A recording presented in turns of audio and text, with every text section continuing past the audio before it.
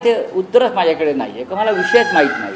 तुम्ही संजय शिरसाटांचा 2 दिवसापूर्वी विषय मांडला होता, त्याच्यामध्ये गणेश नाईकांनी हे सगळे कागदपत्र विरोधी पक्षांना देण्याचं काम केलं आहे आणि ते शिंदे विरोधात काम करतात असा एक सूर पाहिला नाही. मला माहीत नाही मुळात 50,000 कोटीचा भ्रष्टाचार झाला आहे की नाही याचं उत्तर द्या.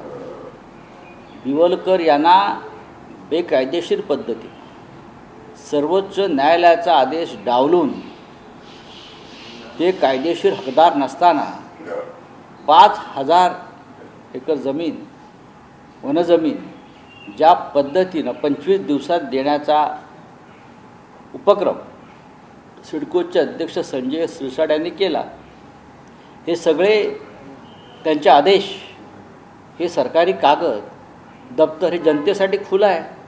गणेश नाईकांवरती कशा करा तुम्ही भ्रष्टाचार केलेला आहे आणि जो नवीन कायदा अमित शहा आणू इच्छित आहेत मंत्र्यांना अटक करून तुरुंगात टाकण्याचा, तर तो पहिला प्रयोग संजय शिरसाट यांच्यावरती व्हायला पाहिजे. पहिला प्रयोग हा संजय शिरसाट यांच्यावरती व्हायला पाहिजे.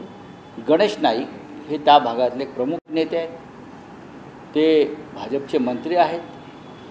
हे तुम्ही स्थानिक राजकारण कशा करता? 50,000 कोटीचा भूखंड घोटाळा हा महाराष्ट्रातला ऐतिहासिक भूखंड घोटाळा आणि आता मुंबईत गेल्यावरती त्या संदर्भात या विषयावरती काय करायचं याच्यावरती आमची चर्चा झालेली आहे. वरिष्ठ नेतृत्वात मग राष्ट्रवादी काँग्रेसचे असतील. काल माननीय शरद पवार साहेबांनी सुद्धा त्या संदर्भातले कागदपत्र मागवून घेतले माझ्याकडून. काल माननीय शरद पवार साहेबांना सुद्धा धक्का बसला आहे वाचून ऐकून. त्यांनी काल माझ्याकडून या संदर्भातले सगळे कागदपत्र ही स्वतः मागवून घेतले.